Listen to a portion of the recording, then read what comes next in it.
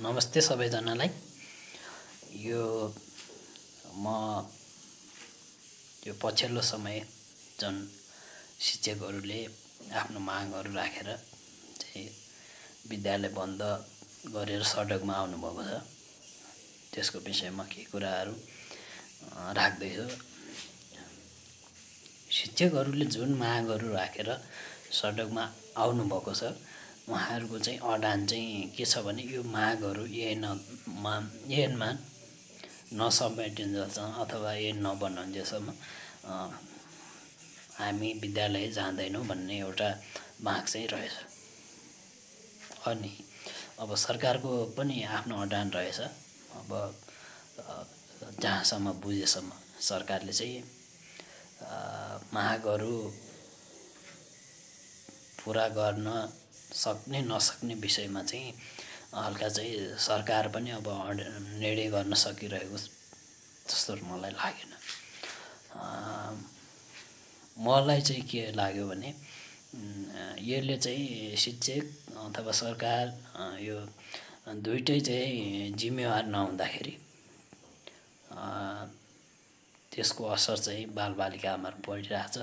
सामुदायिक अथवा सरकारी विद्यालय पढ्ने जुन बालबालिकाहरू हुनुहुन्छ उहाँहरूलाई चाहिँ असर परिरहेको छ। यसमा चाहिँ सरकार पनि गम्भीर चाहिँ लागेन मलाई, शिक्षक पनि चाहिँ गम्भीर भयो जस्तो, जिम्मेवार भयो जस्तो लागेन। र यसमा चाहिँ जुन मागहरू शिक्षकहरूले राख्नुभएको छ त्यो मागहरू मैले सरसर्ती पढेँ। त्यो मागहरू के रहेछ भनेर त्यो मागहरू पढ्दाखेरि चाहिँ केही मागहरू चाहिँ एकदमै राम्रो छ र केही मागहरू चाहिँ गलत नै लाग्यो मलाई। र राम्रो मागहरूमा चाहिँ के छ भन्दाखेरि शिक्षा सम्बन्धी ऐन चाहिँ जारी गर्नुपर्छ सरकारले भन्ने माग चाहिँ रहेछ। त्यो चाहिँ एकदमै राम्रो माग हो। किन भन्दा यो संविधान बनेको नै 8-10 वर्ष भइसक्यो। अब संविधानमा 2-3 वर्षमा ऐन जारी गर्नुपर्ने त्यस्तै कि व्यवस्था छ। तर अब सरकारले गरेका छैन होइन, त्यसले चाहिँ गर्नुपर्छ। किन भन्दा नीति नियम नै नभएपछि अब त्यो चाहिँ अव्यवस्थित हुने अब कामहरू भइहाल्यो। ऐन चाहिँ पहिलो कुरा चाहिँ सरकारले ऐन चाहिँ जारी गर्नुपर्छ। अर्को कुरा शिक्षकहरूले राखेको मागमा चाहिँ अर्को मागमा चाहिँ के रहेछ भने जुन विद्यालयमा पढाइरहनु भएको छ सरहरू सङ्घीय अथवा राहत करार होइन के हुन्छ, अब धेरै थरी छ, 10-12 वटै भयो जस्तो लाग्छ मलाई। उहाँहरूले चाहिँ मागमा चाहिँ के भन्नुभएको रहेछ भने उनीहरूलाई चाहिँ जुन काम गरिराख्नु भएको छ शिक्षकहरू, उहाँहरूलाई चाहिँ आन्तरिक प्रतिस्पर्धाबाट चाहिँ स्थायी गरिनुपर्छ भन्ने चाहिँ रहेछ उहाँहरूको माग। त्यो माग चाहिँ लामो समयसम्म गरिसकेका शिक्षकहरूको लागि चाहिँ त्यो भावनात्मक रूपले सोच्दाखेरि चाहिँ जो ठिकै छ, लामो समयसम्म गरे अब गरिदेऊ न त थाहै भन्ने एउटा सोचले चाहिँ छ। तर त्यसले चाहिँ शिक्षाको गुणस्तर चाहिँ झन् कमजोर बनाउँछ मलाई लागेको चाहिँ। किन भन्दा शिक्षा क्षेत्रमा भोलि शिक्षक हुन चाहने सक्षम योग्य जुन जनशक्ति, क्षमतावान जुन जनशक्ति छ त्यसले चाहिँ प्रवेशमा चाहिँ रोक्छ क्या। धेरै ठुलो सङ्ख्यामा त्यो त्यहाँ जान चाहने, त्यो शिक्षक बन्न चाहने योग्य मान्छेहरूलाई चाहिँ जान चाहिँ रोक्छ। त्यसले चाहिँ शिक्षा क्षेत्रमा असर गर्छ। र अर्को मागमा चाहिँ उहाँहरूले के माग छ भने माग छ सेवा सुविधा सम्बन्धी मागहरू चाहिँ रहेछ। सेवा सुविधा सम्बन्धी मागमा चाहिँ उहाँहरूले अहिले भइरहेको सेवा सुविधाले पुगेन भन्ने चाहिँ उहाँहरूको माग चाहिँ रहेछ। यो सेवा सुविधाको विषयमा चाहिँ मलाई लागेको कुरा भन्दाखेरि उहाँहरूले जुन सेवा सुविधाहरू पाइराख्नु भएको छ आधारभूत तहमा चाहिँ अब अलिक कम नै होला, उहाँहरूलाई पुगेको छैन होला। तर माध्यमिक निम्न माध्यमिक यो माथिल्लो तहमा चाहिँ उहाँहरूलाई धेरै राम्रो चाहिँ सेवा सुविधा चाहिँ दिएको छ, तलब दिएको छ, भत्ता दिएको छ। मलाई लाग्छ, त्यस्तै लाग्छ। तल्लो तहमा चाहिँ विचार गर्न सक्छ सरकारले, सक्नु पनि पर्छ। र उहाँहरूले तलब पाएन भन्ने एउटा चाहिँ एउटा माग छ, आफ्नो चाहिँ कुरा छ। त्यसमा चाहिँ उहाँहरूको कुरामा चाहिँ धेरै कुरा सरकारले पुरा गर्दाखेरि धेरै कुराहरू सोच्नुपर्छ। जस्तो अब सरकारले शिक्षा क्षेत्र मात्रै त गर्नु पर्दैन, स्वास्थ्य, यातायात यस्ता यस्ता क्षेत्रहरू विकासको क्षेत्रमा काम गर्नुपर्ने हुन्छ। शिक्षकहरूले जुन मागहरू राख्नुभएको छ त्यो मागहरूको आधारमा पछिल्लो चरणमा अर्थ मन्त्रालय चाहिँ एउटा अनुमान गरेको रहेछ, अर्थ मन्त्रालय। त्यसमा चाहिँ झन्डै जुन अहिले शिक्षकहरूले पाउनुभएको छ थप 2 खर्ब रुपैयाँ चाहिँ उहाँहरूलाई त्यो माग पुरा गर्दाखेरि चाहिँ लाग्दो रहेछ।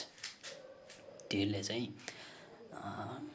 झन्डै नेपालको बजेट चाहिँ 10 खर्ब जस्तो लाग्छ मलाई, 11 खर्ब नै भनौँ चालु बजेट। त्यसले चाहिँ त्यो बजेटलाई चाहिँ एकदमै ठुलो असर गर्छ।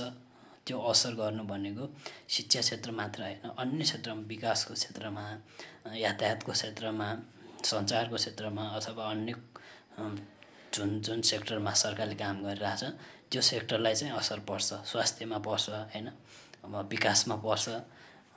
त्यो शिक्षकहरूको माग पुरा गरिदिँदाखेरि अरू क्षेत्रमा चाहिँ बजेट चाहिँ कम हुने, रोक्नुपर्ने, कति कार्यक्रमहरू सरकार सञ्चालन गरिराखेका हुन्छ ती कार्यक्रम नै रोक्नुपर्छ। जस्तै अब बाल विकास सम्बन्धी कार्यक्रमहरू, खोपहरू, स्वास्थ्य सम्बन्धी यस्तो कार्यक्रमहरू रोक्नुपर्छ। विकास सम्बन्धी, बाटोघाटो सम्बन्धी यो चाहिँ योजनाहरू नै रोक्नुपर्छ उहाँहरूको माग पुरा गर्दाखेरि। त्यो भएको हुनाले शिक्षकहरूको न्यून तलबमा काम गर्ने शिक्षकहरूको सेवा सुविधा अथवा तलबमा केही मात्रामा भए नि सम्बोधन गर्न सकिन्छ। तर सबै नै त्यो मागहरू पुरा गर्नुपर्छ भन्ने शिक्षकहरूको कुरा छ। त्यो चाहिँ एकदमै त्यो माग चाहिँ जायज छैन। अर्को कुरा छ, सामुदायिक विद्यालयमा पढाइरहने जुन शिक्षकहरू हुनुहुन्छ उहाँहरूको भनाइ चाहिँ सुन्दाखेरि के रहेछ भन्दाखेरि सरकारले हामीलाई विभेद गर्यो भन्ने रहेछ। सरकारले विभेद चाहिँ गरेको छैन, उहाँहरूको जुन योग्यता क्षमता छ त्यही अनुसार नै दिइरहेछ। मलाई चाहिँ त्यस्तै लाग्छ। किन भन्दा उहाँहरूले जुन पढाउनु भएको छ हैन, जुन सेवा सुविधाहरू पाउनु भएको छ त्यसको रिटर्न चाहिँ राज्यलाई दिनुभएको छैन। त्यो चाहिँ नतिजामा देखिएको छ। जस्तो 8 कक्षामा 10 कक्षामा हैन, एकदमै गुणस्तर चाहिँ एकदमै कमजोर छ। धेरै विद्यार्थीहरू लगभग 50% भन्दा नि बढी फेल हुन्छ होला, मलाई त्यस्तै लाग्छ। त्यो भएर उहाँहरूले राज्यले गरेको लगानीको रिटर्न चाहिँ गर्न सक्नु भएको छैन। उहाँहरूले यो कुरा स्वीकार्नुपर्छ। र पछिल्लो चरणमा अब जुन आन्दोलन भएको छ यसको विषयमा चाहिँ उहाँहरू गम्भीर हुनुपर्छ। राज्यले हामीलाई सेवा सुविधाहरू दिएको छ, गर्न सक्ने कुराहरू गरेको छ भनेर उहाँहरूले सोच्नुपर्छ। ऐनको विषय, अरू विषयमा चाहिँ सरकारले पनि एकदमै काम गर्नुपर्छ, दिनुपर्छ, ऐन बनाउनुपर्छ। र शिक्षकहरू पनि उहाँहरूले चाहिँ पढाउने वातावरण चाहिँ आफूले पनि गराउनुपर्छ जस्तो लाग्छ। र यो मैले छोटो भिडियो चाहिँ राखेँ किन भन्दा बालबालिकाहरू, कति बालबालिकाहरू, अब धेरै बालबालिकाहरू, सबै बालबालिकाहरू अहिले सडकमा छ। अब परीक्षा दिने बालबालिकाहरूले परीक्षा दिन पाइरहेको छैन। सरकार, शिक्षक सबै गम्भीर हुनुपर्छ। मेरो चाहिँ यो कुरा हो। र बाँकी के कुराहरू चाहिँ अर्को भिडियोमा चाहिँ मैले राख्छु।